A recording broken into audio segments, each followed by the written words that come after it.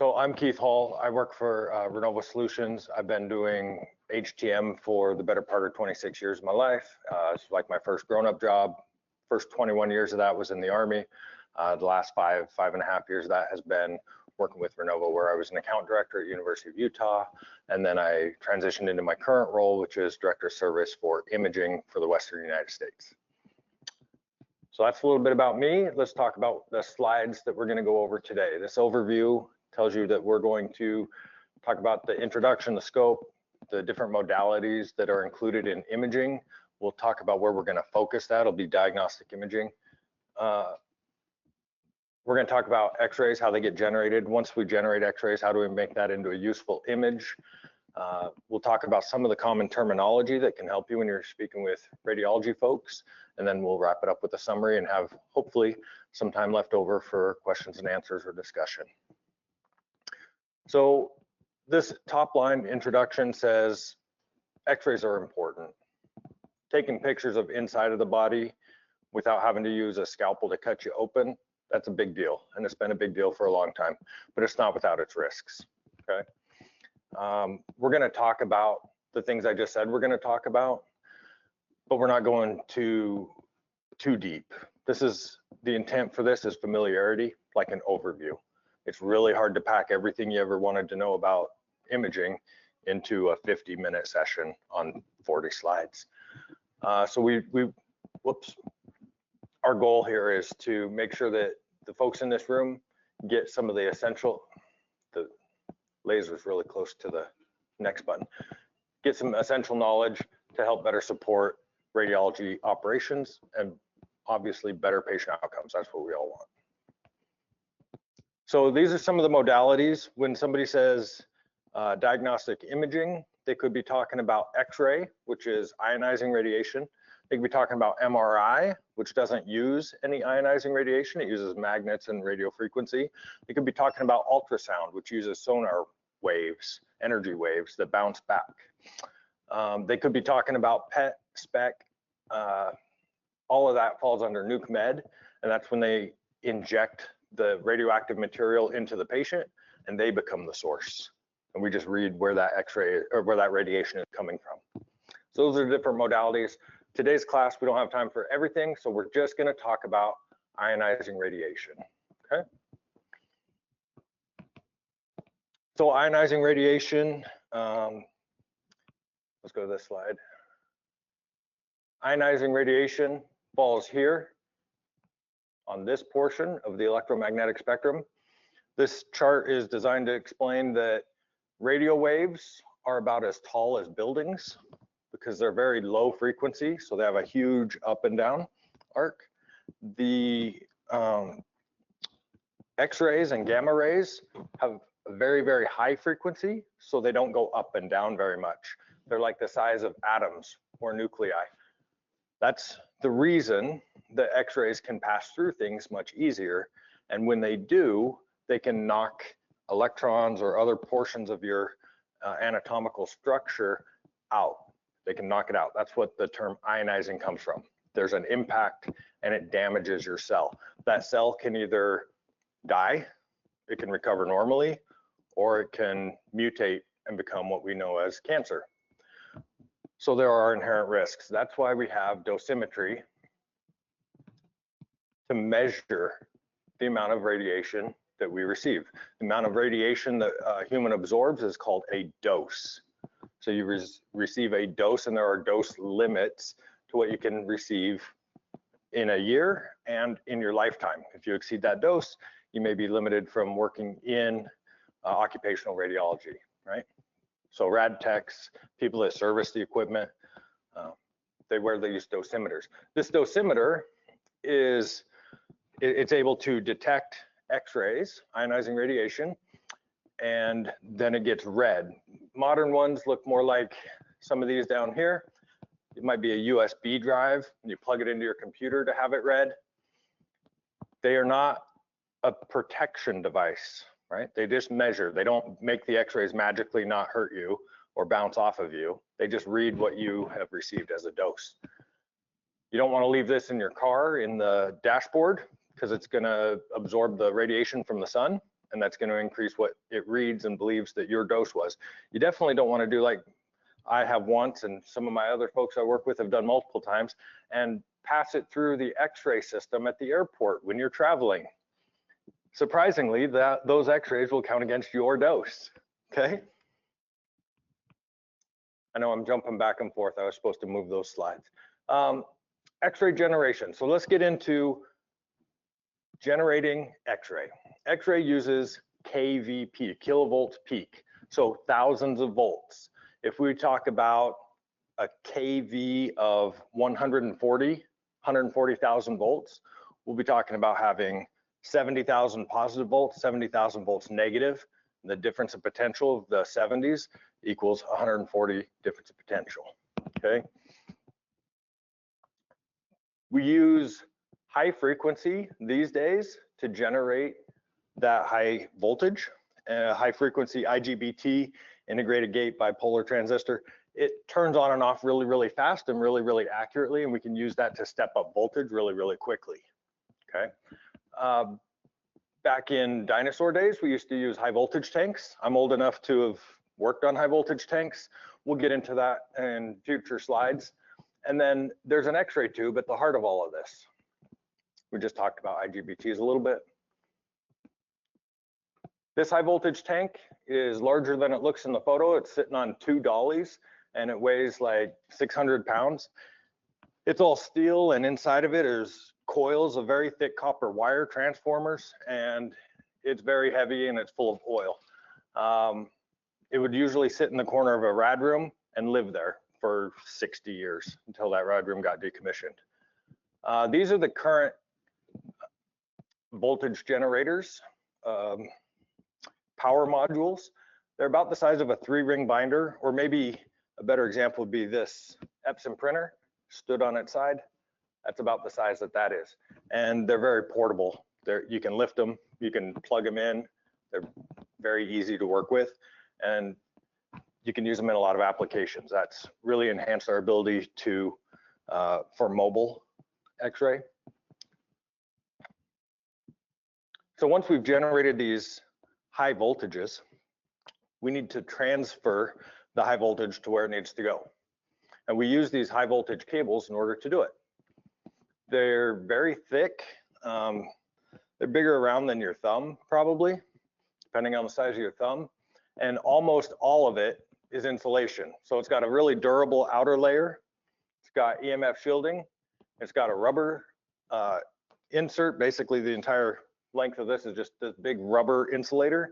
And then it's just got 3 or 4 little cables inside. They come out to 3 little pins, banana style jacks, and they plug in here. So for the folks that care about what that pinout looks like, I put that, you can take a picture of it, or if you wanted to. So we've talked a little bit about how we used to generate high voltage, how we currently generate high voltage. We've talked about how we get it to the X-ray tube where we need it to go. These are the different components in an X-ray tube. This is not the only time you're gonna see this slide. We're gonna put this back up in another 20 or 30 slides, and hopefully this won't look like so much gibberish to you guys, because we're gonna go over all of the different things inside of this tube so that you have a more clear understanding. Maybe it's easier to talk about. The basics are inside there's an anode, which is positive, a cathode, which is negative. The envelope is this blue part that, oh my goodness, sorry, I'm giving away everything. The envelope, which is this blue outline, there's oil inside of there. The housing, I'm sorry, the housing is the blue part. The envelope is this inner blue. And high voltage connections, that's what we're gonna talk about right now, because we just talked about bringing the high voltage up through these cables. One of them's gonna plug in here, one of them's gonna plug in here. And that's how we deliver the high voltage. So the inside of the X-ray tube we're gonna talk about now. We're gonna talk about the 2 different parts, the 2 main parts that generate X-ray. The first one is the negatively charged cathode. This is what one looks like. And if you'll bear with me, I've got one to pass around right here in my bag. The cathode has 2 filaments inside of it most often, as you can see on the photo there. One is larger than the other. One looks a little bit longer than the other. And we'll get into that when we talk about focal spot. Would you mind passing that around? That's just 3D printed. That's not an actual cathode. They're not that large, but I have a cathode. It's really super small compared to that. So that's for good visuals. So you got these two filaments, small filament and a large filament. And those can create a small and a large focal spot, which we'll talk about later in this presentation. These filaments look like very similar to light bulbs, incandescent light bulbs that you would see several years ago before everything became LED. They're made out of thoriated tungsten, which is the same stuff that welding rods are made out of. Anybody know what's special about thoriated tungsten or welding rods? Why they use thoriated tungsten for welding or for this application? Any guesses? It's a good guess. Thoriated tungsten gives off electrons freely when you heat it. When you run current through it, it's like, here's all these electrons, all the electrons you ever wanted, it gives them off. Okay, so it's great for creating an arc when you're welding, and it's great for creating an electron cloud right here at the filament. If you notice in the one I 3D printed or on this screen here, these appear to be recessed away from the face of the cathode, right? The reason that they're recessed is because they're inside of a focusing cup. That's what this circular face and the recess is. It's a focusing cup. So if you were to just generate a bunch of free electrons, they would just want to go wherever they want to go, okay? In order to keep them focused, to make X-ray actually work, we put are electrons positive or negative? Negative, that's right. So we put a negative charge on this focusing cup. And so negatives and negatives attract or repel? What do you guys think? They repel. So it forces the electrons from getting out into a tiny, tight clump of electrons. So you have a what we call electron cloud. They just hover right in here. In advanced imaging, they can toggle the amount of negative on this side and the amount of negative on that side, and they can toggle it back and forth, and that can create two different unique views.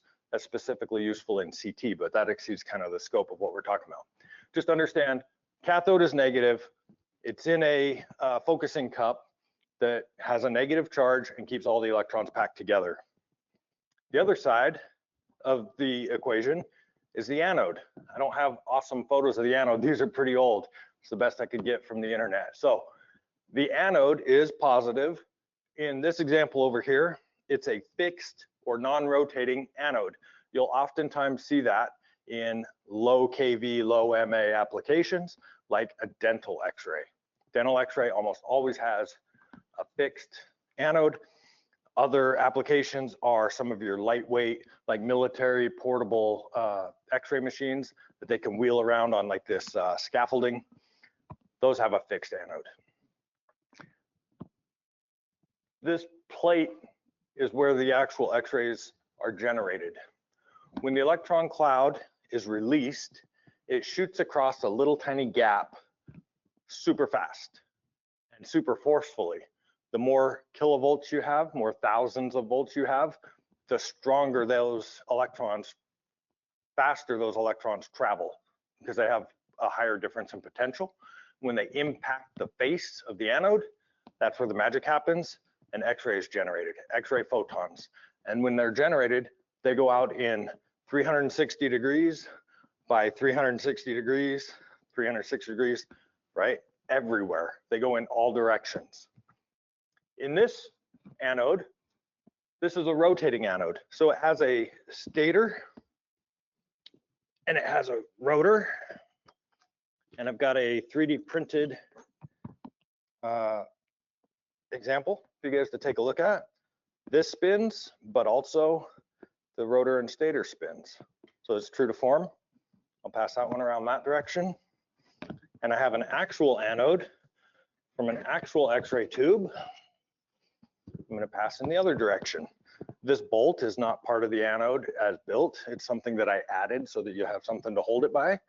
But if you notice, if you spin this system, I could probably finish half of my presentation before that stops spinning. They're very, very, very well balanced, great bearings. If you could pass that around, that'd be great. Thank you so much. Okay, so that's what a rotating anode looks like. We're going to get into what this is all made of in the next slide. You can see that they've got some pretty special metals in here. We've got this thing called a focal track. I'll go back one slide. I forgot to touch on this. The reason that we use this as a rotating anode, and you'll see the focal track as you look at the one I passed around that's real, it's right on the face of the anode.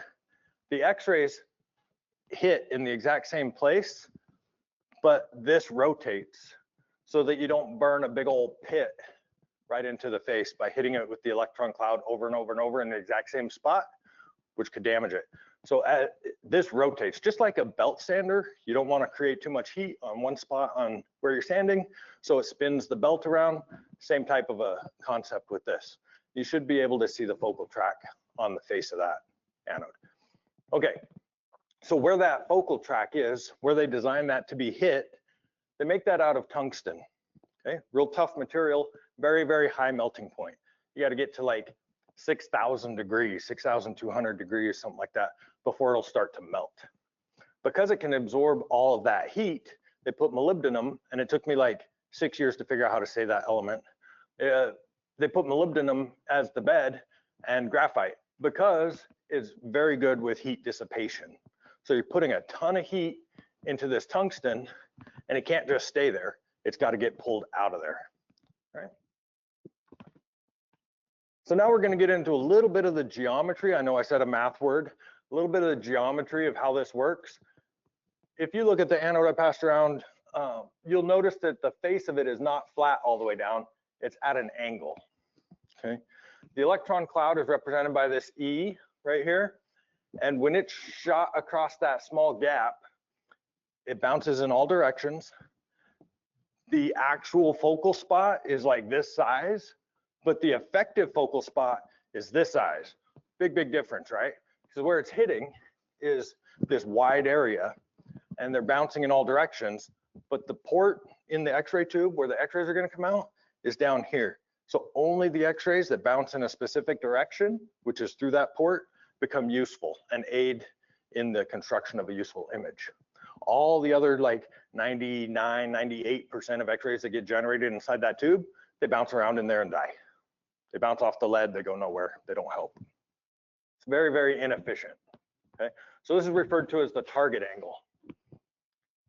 We are going to talk later about the difference between spatial resolution and contrast resolution, so don't get caught up on what those two mean. We're going to talk about them. Just understand that a smaller focal spot will help you see smaller things in the body, and a wider focal spot will help you see different shades of gray or better contrast inside the body. Okay. We're going to talk about one thing just briefly called the anode heel effect. Anybody have any idea what the anode heel effect is without reading the slide from institutional knowledge? Okay. When this beam of electrons comes through, remember I said the X-rays go in all directions? Those anodes that I passed around, imagine X-rays that are generated here going through that material to come out over here. Well, when those X-rays go through that material, it slows them down. It takes part of their energy and they become attenuated. Attenuated, like they have to go through the school zone and they got to slow down to 20, right? So these guys over here on the right, they're on the freeway. They're going 70, 80 miles an hour. And these guys over here, they're stuck in the suburbs and they got to go slower. And as a result, this is where somebody's hand would be if they were taking an X-ray of them. You want to position it. The X-ray techs know this because it's part of their training, the rad techs. You position the thicker part of the anatomy, in this case, the heel of my hand, versus the thinner part, which would be my fingers. You position the thicker or more dense anatomy in the higher, in the fast zone, in the fast lane, right? Because these X-rays have a better chance penetrating through the more dense material and generating an image down here. If you did it the other way around, like this, you're going to blow out their fingertips and it won't show up great on the image. And these X-rays have like no chance of getting through the hand. And so what happens is as service individuals or folks that work in imaging, you'll have a quality control rad tech that'll take a look at an image. They'll take the shot, it'll go to the QC station, they'll look at it and they'll say, holy cow, the left side of this image is super light or super underexposed, and the right side is all blown out. And so us as service professionals, we need to understand the anode heel effect so that we know that's not something that's wrong with the machine. That's how the machine physics works. It's our job to understand that so that when we have that interaction, we could say, could you maybe reposition the anatomy to account for the anode heel effect? And they'll say, oh my gosh, I forgot that from when I was in school. Okay. Any questions so far? Great. All right, now let's talk about the envelope. I could not bring one of these. I have one. I do not want to risk it breaking on an airplane, so I did not bring it. But it's basically a glass envelope. Some of them, like in a mammo x-ray tube, you'll have partially metal and partially glass combined. What's cool about this is inside of here, these components are physically located, the cathode and the, what is this one? Shout it out. Yes, anode, thank you. They're positioned inside this glass envelope, but there's nothing else in there. There's no oxygen, there's no nitrogen, it's a vacuum. They pull a vacuum because you don't want the atmosphere or the gases to interfere with this tiny little gap between the anode and the cathode where the electron beam shoots across. You don't want anything interfering in there, so they pull a vacuum. Naturally, the materials inside of here do a thing called off-gassing. So if you've had an x-ray tube that's been sitting around for a couple of years in a warehouse and it hasn't been installed, it hasn't been used, the materials in here will off-gas and they'll generate atoms inside of this vacuum that can interfere and create arcing. So if you've got a gassy tube, you'll get arcing before you're supposed to be shooting the x-ray, and it's not great. So you have to do a heat soak or different things. Different manufacturers have different recommendations for how to deal with a gassy tube. Because the x-rays come out at the bottom, that port is made out of beryllium, and it actually helps harden the beam, which we'll find out later in the class why that's important. Surrounding the envelope is oil. In big x-ray systems like CT and sometimes in cath, they'll flow the oil through a heat exchanger, basically like a radiator in your car. The oil will flow through these pipes, copper pipes. The copper pipes are subjected to airflow that cools down the oil before it's pumped back in. That helps mitigate it. In some tubes, they use a liquid metal bearing. They've been doing that for a long time, like the MRC tube. They'll put a liquid metal bearing in there and it mitigates the heat really, really well. The heat just goes right through that liquid metal a lot easier. Anybody ever work with sterilizers in this room? Yeah? So what do bellows do in a sterilizer, if I can pick on you? Anybody want to take a guess? What do we use bellows for? Well, I'll go ahead and answer my question. They expand and they contract. In a sterilizer, when the bellows get hot, they expand, and as a result, it blocks off different portions so that the sterilizer creates a seal and it can't dump all the steam out.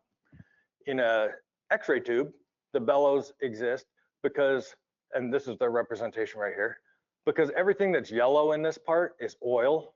Oil doesn't compress well. All right, that's why we use it in hydraulic systems. It's not like air, you can't compress oil that well.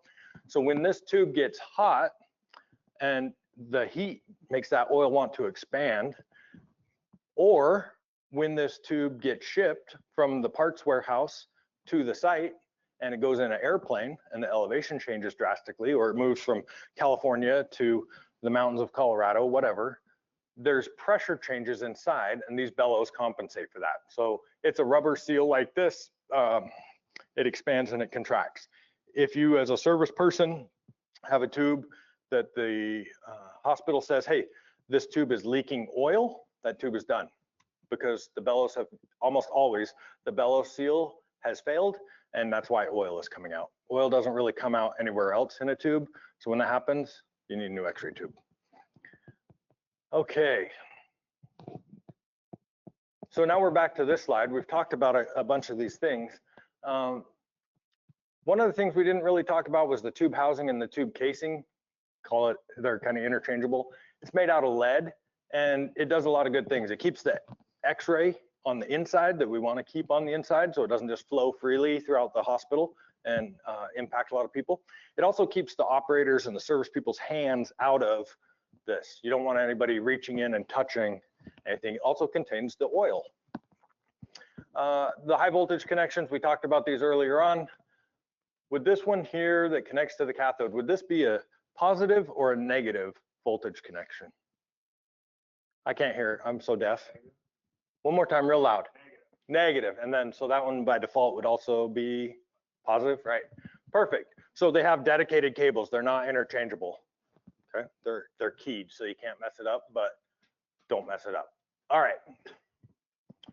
We've talked a lot about how to generate radiation, ionizing radiation. Now we're going to talk a little bit about how do we take that ionizing radiation and turn it into a useful image so that we can actually see what's going on inside the body.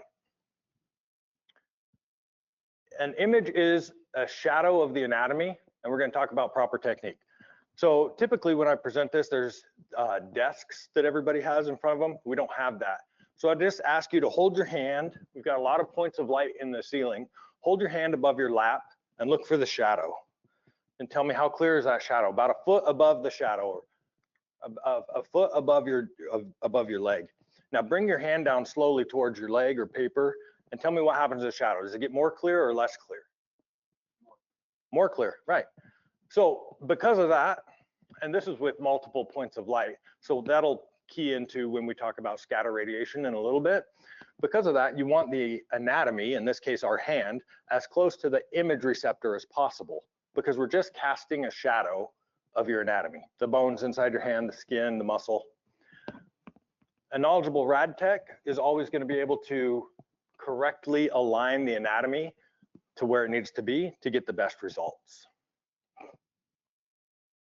So image receptors, there's still quite a few out there. Does anybody still have a film processor in their healthcare facility? Nobody does? Good.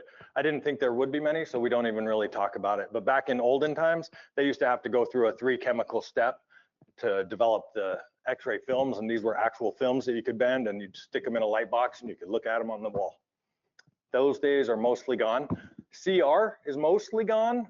Excuse me, I didn't mean to click this button. CR is mostly gone. Some of you should still have some CR in your healthcare facilities. Computed radiography is where you put the cassette into what looks like a little mini fridge or sometimes a big refrigerator, and it opens the cassette and it reads it and it spits it back out. Does anybody have those? You do. We often see them for spine, right? You'll have this really long cassette and it goes in for spine studies. Those still stick around. DR is digital radiography. That's where we're going to talk about this. The flat panel detector has an X-ray taken on it, and it wirelessly or wired transmits that, and the image is read from it. And there's no need to erase it because it's just a digital detector. And then we have live view. That's oftentimes when you're getting pins put in your wrist after a nasty break. They want to see where those are screwing in. So we'll see that in cath lab. We'll see it in C-arms, live view.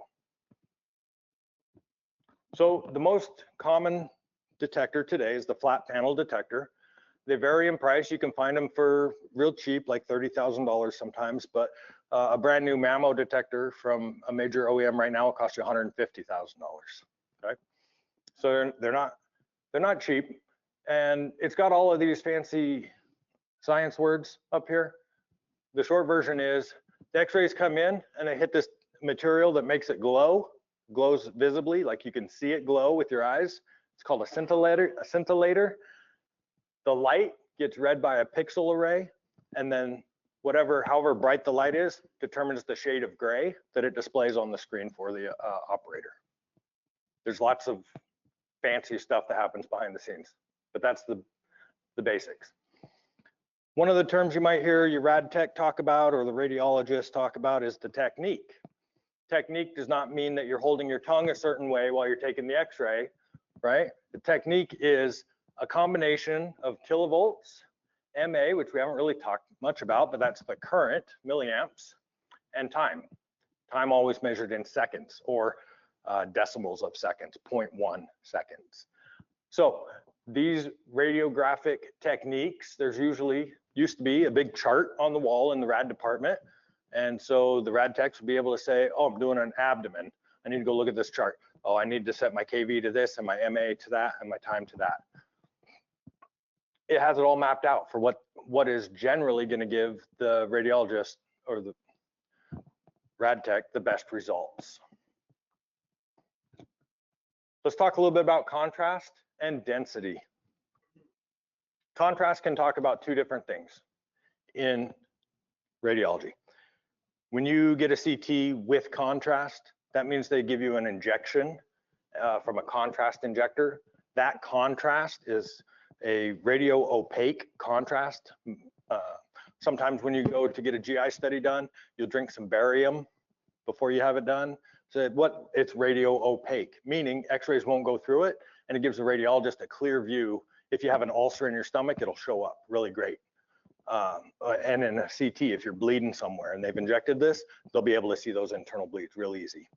We're not going to talk more about that type of contrast. The type of contrast we're going to talk about today is image contrast, right? It's the harshness between black and white. Density can talk about how dark an image is or how dense anatomy is. So I'm super dense. Like if you x-rayed my head, you'd probably not even be able to see through it because I'm really dense. But let's say an abdomen is a lot more dense than a lung chest shot. So when you're standing up against the x-ray machine, the wall stand, and they take an x-ray of your lungs, it's mostly air in there. So it's going to be a lot lighter of a shot. Whereas if they're taking a x-ray of your abdomen, you got a lot of guts and organs and other things in there. It's going to be a lot heavier of a shot in order to see clearly. So that's all we're going to talk about for density in that regard. We are going to talk about how dark or light an image is. Okay. Image contrast is the number of shades of gray in between black and white. So what I've tried to do is find a very high contrast image and show it here. There's almost no shades of gray. It's mostly black and mostly white. There are some grays in there. This is what I would consider a high contrast image, just bones and background. If you wanted low contrast on this shot, you'd begin to start to see the muscles around the hand. Then you'd begin to start to see the veins. Then you'd begin to start to actually see the skin, maybe the fingernails, right? Depending on how low of a contrast you went, you get more shades of gray, so you get a lot more stuff. Okay, so that's it for contrast, high contrast and low contrast. For density, it's the overall darkness or lightness of the image. That's controlled by MA or MAS, which we haven't talked about. That's MA times time in seconds, milliamps times time. Darker image has higher image density. High density is useful for imaging bones, like what we see up on the screen. Low density is useful for imaging tissue, like if they're looking in your guts. So now we finally get to talk about KVP and MA on the slide. We've talked about it a little bit in passing as we've gone through. KVP, kilovolts peak, that's how strong the x-rays are. Mass, milliamps times time, determines the quantity of the x-rays. So more MA and for longer means more electrons are hitting from the cathode to the anode. That's right.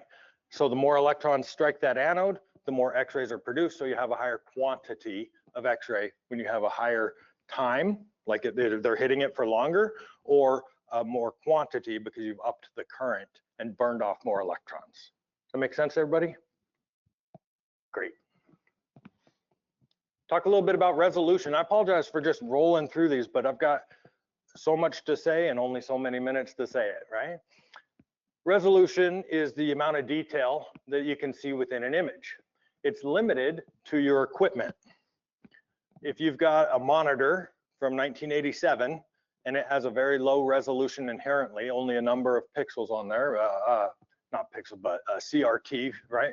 You're gonna have a limit to what resolution you can see. You have a brand new 2025 top of the line Mammo R2 monitor, you're gonna be able to see as much resolution as you would like, okay? So this is pixel resolution. If you have 10 by 10 pixels, it's going to look like this. You won't probably be able to tell that what letter that is. More pixels equals you're able to discern with more detail. Spatial resolution is the ability to see things that are very, very small. And we measure that with a line pair phantom. This is a photo of what a line pair phantom looks like. It's like the size of a credit card. You can carry it around in your pocket, and it has a bunch of radio opaque material and then a bunch of gaps in between that radio opaque material. So when you take an X-ray, it shows you on the screen a whole bunch of lines. And as these lines start from one side to the other, two things happen. The lines themselves get smaller and the lines get closer together, right? And so there are manufacturer specifications on how many line pairs per millimeter we can read. So you take the image, you can magnify, you can take a look. Can I discern the difference between this line and this line on the screen? That helps us with spatial resolution. Temporal resolution is how quickly you can image something. Let's talk about CT a little bit. You can tell a patient, hey, we're going to take this CT of you. Can you please hold your breath? Oftentimes they can do that. How often do you think you hear, hey, we're going to take this CT. Could you please just ask your heart to stop beating for like the next 3 or 4 seconds? We can't control that, right? So we use cardiac gated scanning. It maps the EKG wave. It only takes X-rays at certain times when the heart is in a certain position. And within one revolution these days, we can image the entirety of the heart. That's how quickly we can resolve. And the last one is contrast resolution, which I feel like we've kind of gone over already. So with those 4 resolutions, we talked about these things. With that 4 types of resolution, you get this pyramid, okay? Remember, pixel resolution stays constant because it depends on the monitor that you're looking at. If you want to have the best spatial resolution that you can, you're not going to have it very quickly, and it's not going to be very great contrast. If you want to do a cancer study in oncology, when they're looking at the very slight difference of shades of gray between healthy liver tissue and cancerous liver tissue, it's not going to be fast, and you're not going to see great tiny detail, but you're going to have really great resolution. So basically this triangle, whichever one of these you want to be the focus, the other 2 will suffer.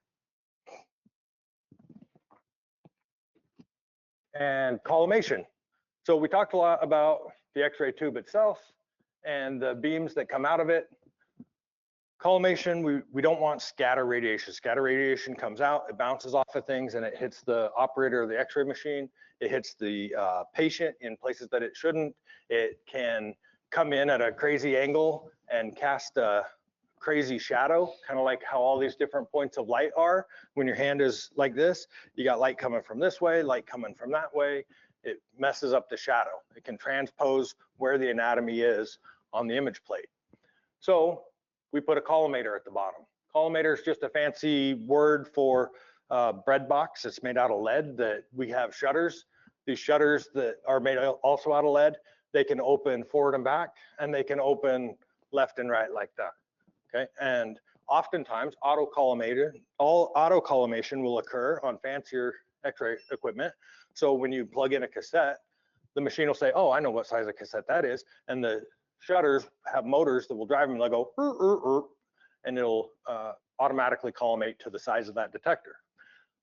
Just because the size of the detector is like the size of this projector, if I'm only imaging a finger, I don't want to have the collimators open that wide. I want to collimate down to just the part that I want, because we don't want to unnecessarily expose the patient or dose the patient with X-ray that they don't need. Doesn't add to the image that we're after. So that's what collimators do. They limit scatter radiation.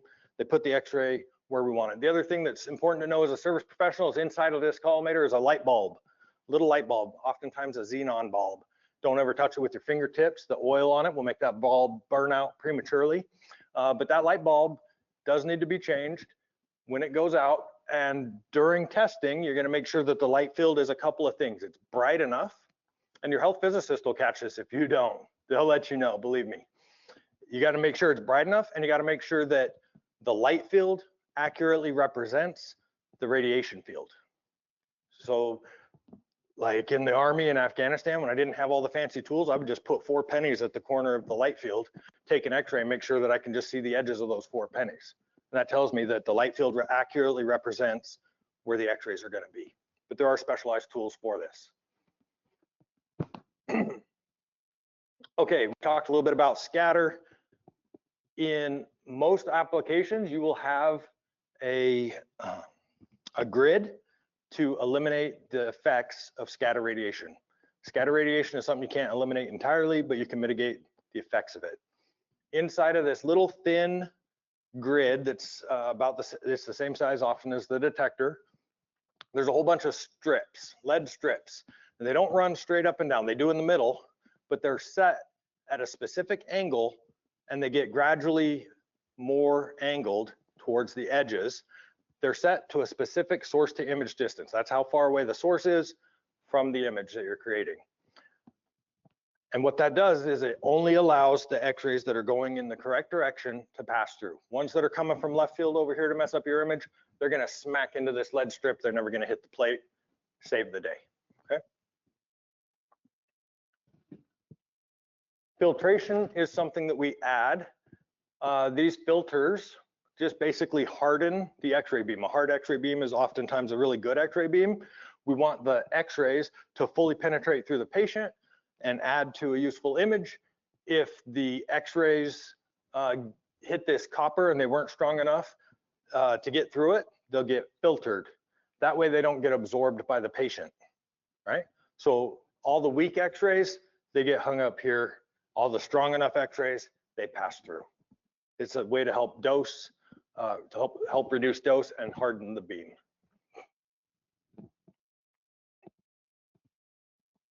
These little boxes, this is a wall stand or a wall bucky, if you will.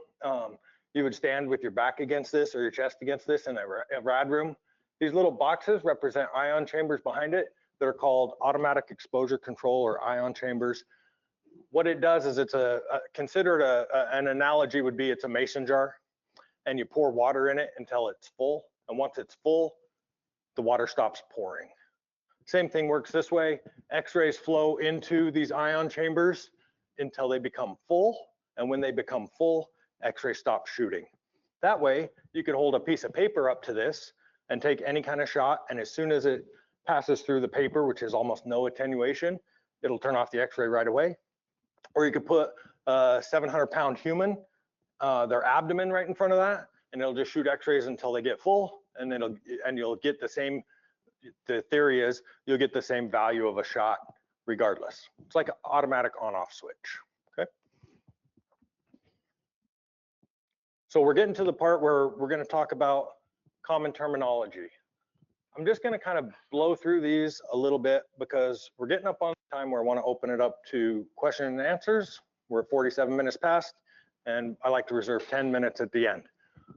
So DR, we talked about digital radiography. We talked about it doesn't have cassette readers like CR does. There's no wet processors. It's just a piece of digital plate. X-rays hit it, it transmits, no need to erase it. SID, source to image distance. Fluoroscopy, we didn't go too much into it, but that's live view. The X-ray is on for as long as the operator has their foot on the button or the pedal, usually a pedal on the floor. There's limits associated with that. There's warning lights that have to go off after a certain amount of time. Not getting too deep in the weeds on that, but you'll see those in cath labs and in the OR when they're putting pins into people. That's when you need to see what's happening inside the body live, usually when there's an external component being placed into the body. Window and leveling. Window and leveling is post-processing. So if you're working around radiology, you may hear technicians talking about window and leveling. They're not talking about installing a new window in the radiology department, because typically there's no windows, there's nothing to see on the outside of those windows anyway, right? It's when you adjust the level of contrast and, help me out, I knew it. The number of shades of gray, grayscale, yeah. So you're adjusting the amount of grays and where the baseline of those grays are, right? Is that baseline further to the white or to the black? Half value layer is a test that we perform. We as service providers perform a half value layer. It basically tells us the useful life left on a tube. Can the tube continue to shoot through 50% of the material? Do we get at least 50% of the X-ray attenuated? Or is ALARA. ALARA stands for as well as reasonably achievable. This is the principal dose method. So there's 3 factors that can limit your exposure to X-ray or dose that you receive. That's time, distance, and shielding. So the less time you spend around X-ray, the less dose you'll receive. I'm not receiving a dose right now from a diagnostic X-ray machine that I'm aware of because I'm far away. So that's the distance, right? I'm not next to a cath lab right now, so I'm not getting exposed from it. And then shielding. If I were next to it, I would need to stand behind some type of shielding, lead shielding. AP is a term, anterior posterior attenuation. We talked about being slowing it down from the fast lane to the school zone. Bucky could have 2 meanings. It's when you open up the table to put the detector in. Some manufacturers call that the Bucky. There's a manufacturer out there that their entire X-ray machine is called the Bucky. So that can be confusing. We talked about the difference of contrast. DICOM stands for Digital Imaging and Communication in Medicine. A whole bunch of doctors back in the day got together and said, my Toshiba machine won't talk to my Philips machine, which won't talk to my Siemens machine, which won't talk to my GE machine. They all need to speak the same language. And they came up with a language, and now that's what we use. So everything in imaging speaks DICOM. We talked about dose a lot. Here's a summary of the things that we talked about. We had introduction, talked about different types of modalities. How do we make X-rays? How do we use them? And then some common terminology. And we're at the point where I'd love to open this up and have some questions and discussions, whether it's about what we talked about, whether it's about what it's like to be an imaging service engineer or manage imaging services, anything that you have on your mind, the floor is yours.